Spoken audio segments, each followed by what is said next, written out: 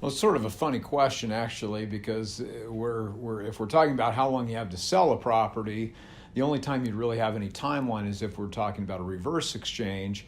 1031 contains timelines, whether we're talking about delayed exchanges or reverse exchanges, that are probably the toughest part of any transaction. On a delayed format, meaning sell first, buy later, you've got 45 days from that settlement of the relinquished property to ID what's to be acquired, 180 days to actually receive one or more of those properties you've identified. The question asks, well, how long do I have to sell? And that would maybe assume that we're talking about a reverse exchange. And in that case, from the date of acquisition in a reverse exchange, you'd have 45 days to ID what's to be relinquished and 180 days to actually relinquish those properties.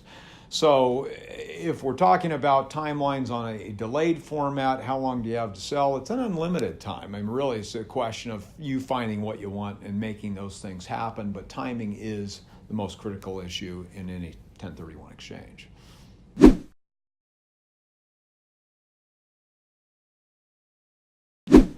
Well, really, there's nothing that's going to extend the timeline short of a presidentially declared national disaster. So we can't extend things out, but it might be, instead of doing just a strict reverse exchange, maybe you could tie up a property with a lease option, and the same thing could happen on disposition. So it's really the trigger timelines are transfer dates, the benefits and burdens of ownership shift. That's going to start a hard line time.